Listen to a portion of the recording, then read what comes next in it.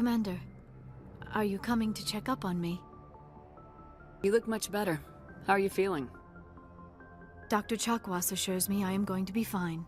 I was impressed with her knowledge of Asari physiology. You're in good hands. Dr. Chakwas knows what she's doing. I get the feeling you want to ask me something, Commander. Maybe we could pick up where we left off. You were telling me about your interest in the Protheans. Actually, I think I was talking about my interest in you, and making a fool of myself in the process. As I said, I am not used to dealing with people, especially humans. I did not really know much about your species when we first met, Shepard. I found it hard to take humanity seriously. Your kind always seemed so rushed and high-strung. We don't have the luxury of time. An Asari can live for 1,000 years. We're lucky if we hit 150. That is true. At first I thought that was a weakness of your species. After spending time with you and your crew, however, I think it may actually be an advantage. You humans are creatures of action. You pursue your goals with an almost indomitable determination. It is an admirable trait, but also an intimidating one. You're scared of us? Unfortunately, the rest of the galaxy sees humanity as something of a bully. You run over anyone in your path to get what you want. It is up to people like you to change their minds, Shepard. I'm doing the best I can, Liara. There is a reason the Council chose you to become a Spectre. They saw something special in you. The best of what humanity has to offer. I looked into your history. I know what you did during the Blitz. It was a remarkable display of courage and heroism. You didn't need to go behind my back. I would have told you whatever you wanted to know. I apologize, Commander. After our last conversation, I was afraid I would say something stupid again. I wanted to know more about you, to understand what made you into the woman you are. There is something compelling about you, Shepard. Are you sure you're interested in me, or is it my visions of the Protheans? I admit, your connection to the Protheans had something to do with my initial interest, but it has grown beyond that. You intrigue me, Shepard, but I was not sure if it was appropriate to act on my feelings. I thought there might already be a relationship between you and Lieutenant Alenko.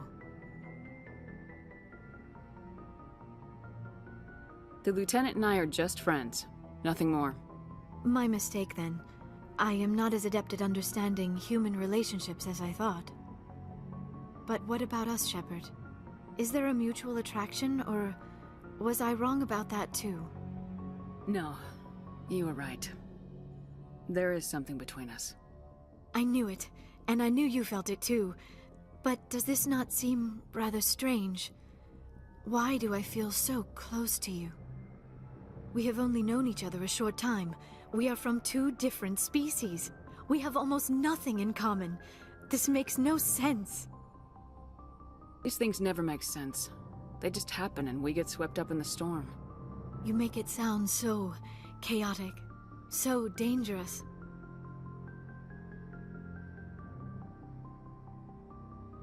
Don't tell me a little danger puts you off. This is all a bit overwhelming. I am not used to this. I need some time. Take all the time you need, Liara. I'll be here. Thank you, Shepard.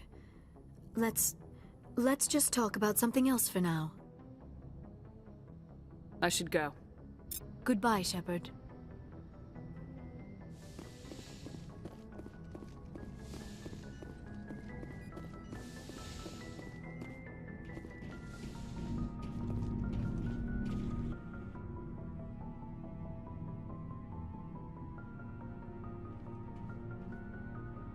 Do you have some time to talk now, Commander? Of course. Have a seat. We've played it pretty close to the book so far, but we're a long way from backup. We've got some tough calls to make. I'm just saying, try to leave yourself a way out. I've seen what cutting corners can do, and I'd hate to have that happen to you, Shepard. Commander? It's a personal observation, Kaidan. I don't want to step on anyone else's toes, especially if you're if I have misread your interests.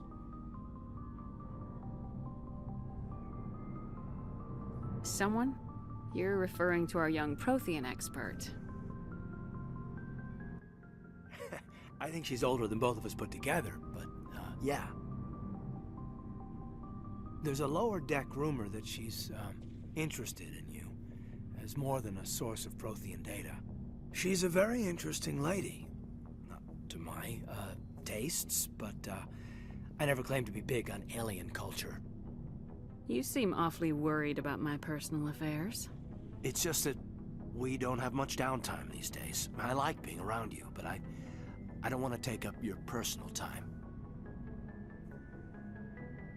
Look, you didn't want to talk about Liara, did you? What's your real issue? You're right. Sorry. It wasn't, Liara's not my main concern. I'm not questioning any decision you've made, Shepard. Let me be clear about that. It's just my experience that once someone lets something slide, it tends to pick up speed. You get my meaning? Talk to me, Kaidan. You got a little black rain cloud sitting over your head. I'll try to keep the deck dry. You know the records about the biotic training out on Jump Zero? They're all classified, because the Alliance made mistakes. After first contact, Kinetics was set up to track Element Zero exposures and develop implants for humans. Once we had an embassy on the Citadel, Kinetics could bring in experts instead of taking it slow. I'm sure Kinetics did what they thought was best. It wasn't best for us. They brought in an ex-military Turian named Commander Vernus. To introduce himself, he liked to say, "I was at the helm of the dreadnought that killed your father." Well, I told him my dad wasn't in the war. He'd retired to Vancouver. My family had an inland home that matured to New Beachfront. Vernus had it in for me after that. He cut corners, pushed hard. I mean, you either came out a Superman or a wreck. A lot of kids snapped. A few died. The point of all of this, I guess, is that when you cut corners, it's not always obvious who pays for it. So why are you telling me this? Is there something I can do to help you get over it? I'm 32, Shepard. You don't serve as long as I have without coming to terms with yourself. You also learn that if someone is special to you, you help them. Try to keep them from making mistakes. Special, huh? If I'm out of line, just say the word.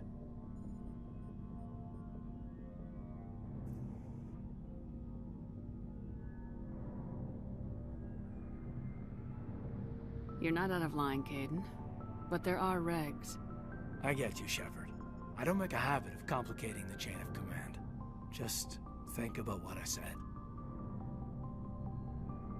We'll talk later, Kaidan. I'd like that.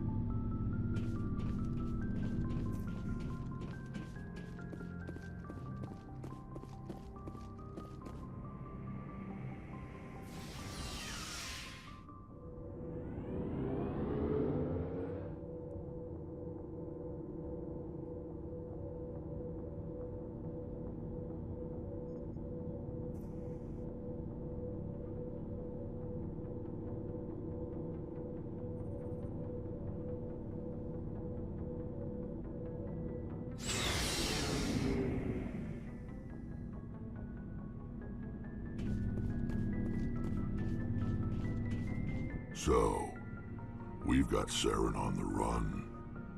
It won't be long now. Saren's good, but I'm better. Good. He's rotten. To the core. I could tell as soon as I met him. Why didn't you tell me this sooner? I would have if I thought it was important. I think I'd like to hear about it just the same. This was a while ago. A bunch of mercs were bragging about a job out near the edges of the Terminus systems. They said it paid well and the boss was never around to ride them. They said he was looking for more men, too. So I checked it out. I didn't know Saren was openly recruiting mercs.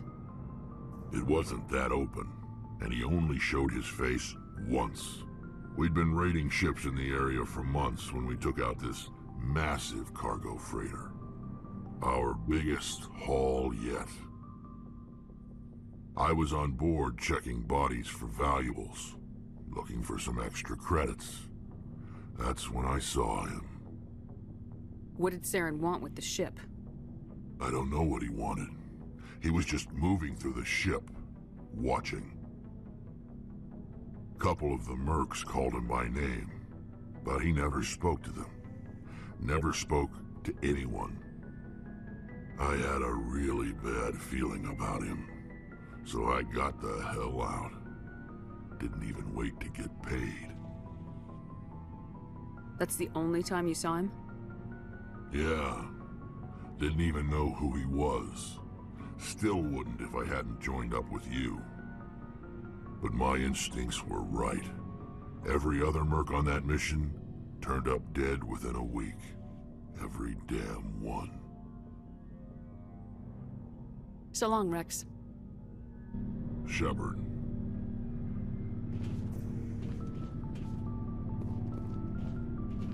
Commander, good to see you. You've been with C-Sec a while. Have you seen much action? Well, not as much as you, but yeah, I've seen some interesting things. I bet you have. Anything in particular that stands out? I remember this Solarian geneticist I was sent to investigate. That case was a bit disturbing. What happened? Why were you investigating him? I was tasked with tracking black market trade on the Citadel. Most of it harmless, nothing I needed to pursue. But during the course of my investigation, I noticed an increase in the trade of body parts, organs mostly.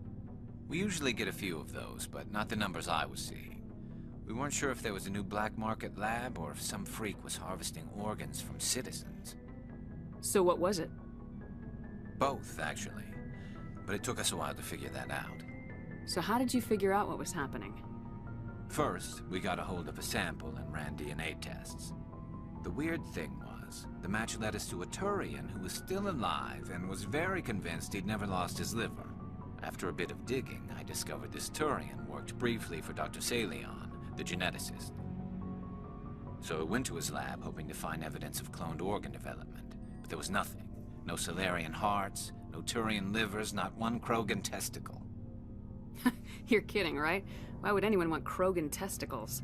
Some Krogan believe that testicle transplants can increase their virility, counteract the effects of the genophage.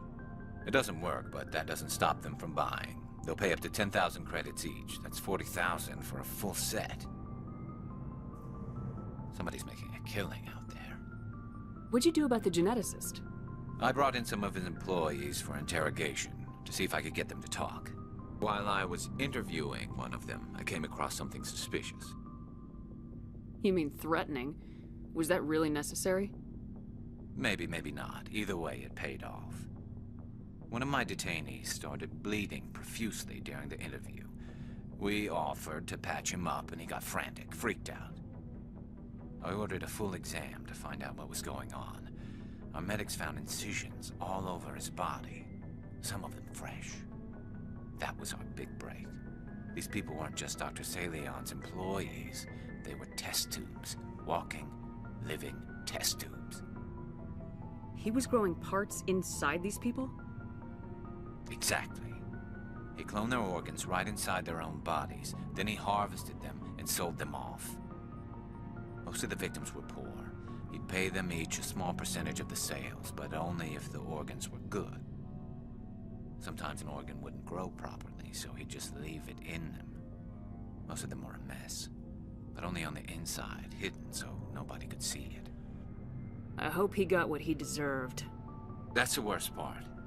We never caught him. Why not? What the hell happened? He ran, blew his lab, grabbed some of his employees, and headed for the nearest space dock. By the time I found out, his ship was already leaving.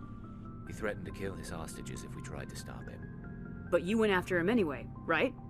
I ordered Citadel Defense to shoot him down, but C-Sec headquarters countermanded my order. They were worried about the hostages, worried about civilian casualties if the ship was destroyed so close to the Citadel. I told them those hostages were dead anyway. He just used them to make more organs, but they wouldn't listen. No wonder you hated it there. Those idiots just let him fly away. Yes, they did. I went to Palin and told him what I thought of him and his policies. He said if I didn't like it, I could quit. Well, I almost did. All they had to do was disable that ship, stop him from running. Maybe the hostages die, maybe they don't, but at least we stopped the bastard responsible for it all. A few casualties is a small price to pay to stop someone like that. Yeah, exactly. I mean, those hostages might be wishing they'd died by now anyway. Just wish I could have stopped him. That's all. I gotta go. Commander.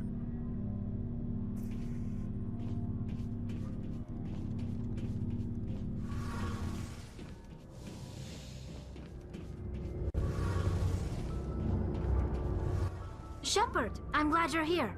Good to see you smiling again, so to speak.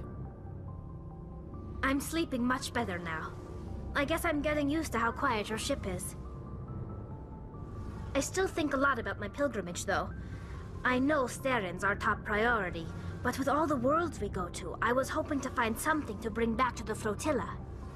What are you hoping to find? Usually, people bring back something like a derelict ship we can use for salvage. But I need something bigger. There's a lot expected of me. What's so special about you? It's my father. He's the senior member of the Admiralty Board. He's one of only 5 people who can overrule the decisions of the Conclave for the good of the migrant fleet. My father is responsible for the lives of 17 million people. Our entire race is in his hands, and I'm his only child. That must be tough on you. My people place a high value on family and ancestry. There's an unspoken expectation that I'll live up to my father's example. Everyone's waiting for me to do something great on my pilgrimage. Something that will forever change our lives for the better. If I don't, it's like I failed, and that reflects badly on both me and my father. The work you're doing here is more important than anything any Quarian's ever done before. Yes, I know. But you have to understand Quarian culture. We're a very insular society. The events beyond the flotilla don't much matter to the average citizen. Our greatest dream is that one day we'll return to our homeworld and drive out the Geth. But even if we stop Saren, that's not going to happen. There's still millions of Geth behind the veil. Until they're gone, our exile will continue. What would you need to bring back to make everyone happy? Something that would help us better understand the Geth. They've changed significantly since the exile. They've continued to evolve. We've done our best to study them, but it's not easy. They're very reclusive. Until recently, they never went beyond the borders of the Veil. And all the Geth we run into now are under Saren's control. We'd need to find Geth operating on their own, independently. But I don't want this to get in the way of our mission, Shepard. First, we stop Saren. Then I'll worry about my own problems. I should go. See you later.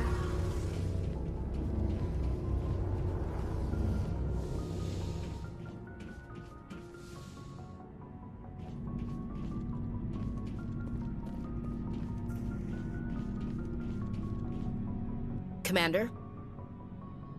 Do you have a few minutes to talk? One-on-one? Sure.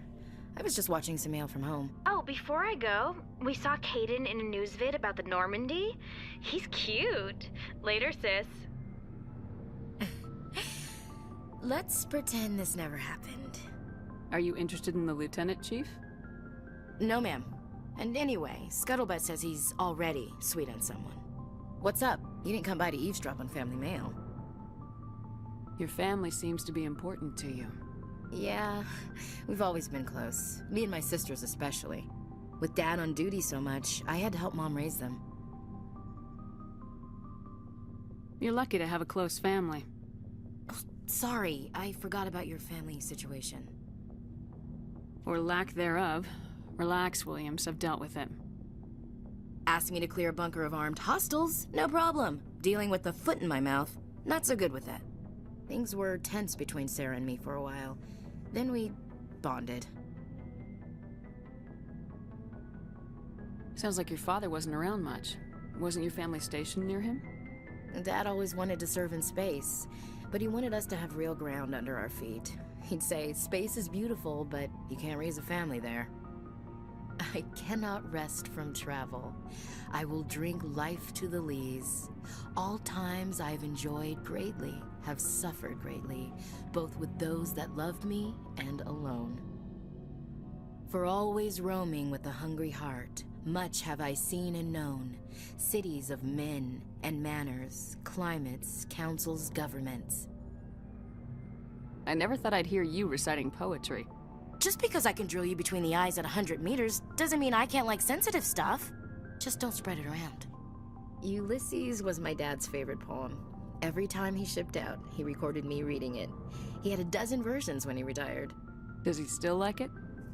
I sure hope so. I read it to his grave every time I go home. Dad passed on a few years back. He's probably still watching, though. You mean from wherever we go after death? Dead on, Skipper. He's with God now. That's not a problem with you, is it? That I believe in God? Everyone has the right to believe what they want. Says so in the Alliance Charter, only with fancier words. I'm glad you're open-minded about it.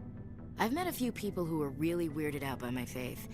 Because I work in space, I can't believe in a higher power? Jeez.